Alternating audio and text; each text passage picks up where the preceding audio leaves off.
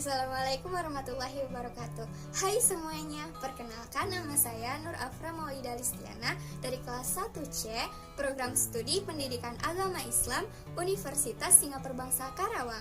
Pada kesempatan kali ini, saya akan menjelaskan salah satu materi dari mata kuliah studi hadis dengan dosen pengampu Ibu Hajah Dewi Bik Nabilatul LCMA. Saya akan menjelaskan makna hadis dan sinonimnya. Hadis menurut bahasa berasal dari kata hadatsa yahdutsu hudusan yang artinya bisa baru, perkataan, berita. Sedangkan hadis menurut istilah hal-hal yang berasal dari Nabi Shallallahu Alaihi Wasallam, baik berupa perkataan, perbuatan, penetapan, persetujuan maupun sifat-sifat beliau, baik beliau sebelum menjadi nabi ataupun sesudahnya. Kemudian ada contoh hadis. Yang pertama ada hadis perkataan atau biasa disebut juga dengan hadis qauliyah. Rasulullah bersabda, An Anas bin Malik radhiyallahu anhu qala anna Rasulullah sallallahu alaihi wasallam qala Man ahabba an yubsatalahu fi rizqihi wa yunsal alahu fi atharihi falyasil rahimahu. Dari Anas bin Malik RA berkata, sesungguhnya Rasulullah sallallahu alaihi wasallam bersabda, barang siapa yang senang diluaskan rezekinya dan dipanjangkan umurnya, maka hendaklah ia bersilaturahim. Muttafaq alaih. Maksud hadis perkataan di sini adalah perkataan Rasulullah, di mana tadi di hadis disebutkan anna Rasulullah sallallahu alaihi wasallam qala. Berarti ini termasuk ke dalam hadis qauliyah. Kemudian yang kedua ada hadis perbuatan atau disebut juga dengan hadis fi'liyah. Contohnya anna Rasulullah sallallahu alaihi wasallam kana yarfa'u yadayhi hadwa mankibaihi idza iftataha sholata, yang artinya sesungguhnya Rasulullah sallallahu alaihi wasallam mengangkat kedua tangannya sejajar dengan bahunya ketika ia hendak mengawali salat. Hadis riwayat Al-Bukhari dan Muslim. Hadis tersebut termasuk ke dalam hadis fi'liyah karena disandarkan kepada perbuatan Rasulullah Shallallahu Alaihi Wasallam ketika hendak mengawali sholat, yakni beliau mengangkat kedua tangannya sejajar dengan bahunya.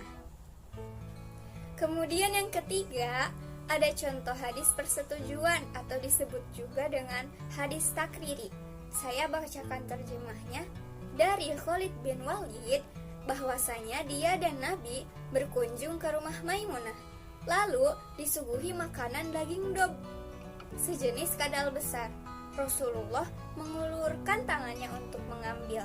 Sebagian wanita yang melihatnya berkata, beritahu Rasulullah apa makanan tersebut. Maka para sahabat berkata, itu daging dob ya Rasulullah. Seketika Rasulullah menarik tangannya. Maka aku, yang dimaksud aku di sini adalah Khalid. Khalid bertanya, apakah itu haram ya Rasulullah? Rasulullah menjawab, tidak, akan tetapi makanan itu tidak ada di tempatku. Oleh sebab itu, aku menghindarinya. Khalid berkata, lalu aku mengambil dan memakannya, sementara Rasulullah melihat. Hadis riwayat Al-Bukhari. Yang dimaksud takriri di sini adalah persetujuan Rasulullah, yang dimana Khalid memakan daging dob, akan tetapi Rasulullah tidak mengharamkan dan tidak pula memakannya. Kemudian ada contoh hadis sifat fisik Nabi dari Al-Bara bin Azib, bahwasanya Rasulullah Shallallahu Alaihi Wasallam adalah seorang yang berperawakan sedang, berpundak lebar, berambut lebat sampai ke daun telinga. Beliau suka mengenakan pakaian berwarna merah. Aku sama sekali tidak pernah melihat sesuatu yang lebih bagus daripada Nabi Shallallahu Alaihi Wasallam. Hadis riwayat Muslim. Yang dimaksud sifat di sini adalah sifat fisik Rasulullah, yang dimana Al-Bara bin Azib telah berkata Rasulullah adalah seorang yang berperawakan sedang, berpundak lebar, berambut lebat sampai ke daun telinga, dan juga Rasulullah suka mengenakan pakaian berwarna merah. Yang disebutkan tadi adalah sifat fisik Rasulullah. Kemudian ada contoh hadis sifat perilaku Nabi. Dari Anas bin Malik berkata, "Kana Nabiyyu sallallahu alaihi wasallam ahsanan nasi khuluqan." Sesungguhnya Rasulullah adalah manusia yang paling baik akhlaknya. Hadis riwayat Al-Bukhari dan Muslim. Yang dimaksud sifat di sini adalah sifat perilaku Nabi, yang dimana Anas telah berkata Rasulullah adalah yang paling baik akhlaknya di antara manusia lain. Akhlak merupakan perilaku. Kemudian ada sinonim hadis. Sinonim hadis ada 3, yakni sunnah, khobar, dan asar. Yang pertama sunnah. Sunnah menurut bahasa adalah as-siratul mutba'atu, perjalanan yang diikuti, dan al-adatul mustamiratu, kebiasaan yang berjalan secara terus-menerus. Sunnah merupakan sinonim hadis. Sunnah, arti sunnah menurut ulama usul fikih ialah segala sesuatu yang diriwayatkan dari Nabi yang bukan Al-Quran, baik berupa segala perkataan, perbuatan, dan pengakuan yang patut dijadikan dalil hukum syara. Sedangkan menurut ulama fikih, sunnah ialah sifat syara yang menuntut pekerjaan, tetapi tidak wajib dan tidak disiksa bagi yang meninggalkannya. Sinonim hadis yang kedua adalah khobar. Khobar menurut bahasa adalah an-naba'u, yakni berita. Sedangkan menurut istilah muhadisin khobar adalah maja'a anin nabi wa ghairihi min ashabihi awit tabi'in awit tabi'at tabi'in aw man dunahum, sesuatu yang datang dari nabi dan yang lain seperti para sahabat, tabi'in, pengikut tabi'in, atau orang-orang setelahnya. Khobar termasuk sinonim hadis. Contoh khobar antara lain perkataan Imam Asy-Syafi'i. Imam Syafi'i termasuk ke dalam tabi'in. Beliau berkata, "Man arada dunya fa'alaihi bil ilmi, wa man arada al-akhirata fa'alaihi bil ilmi." Siapa yang menghendaki dunia, ia harus berilmu, dan siapa yang menghendaki akhirat, ia harus berilmu. Kemudian, sinonim hadis yang terakhir adalah atsar. Atsar secara bahasa berarti al-baqiyatu atau baqiyatus syai', peninggalan atau bekas sesuatu, dan juga al-manqulu, yang dipindahkan dari Nabi.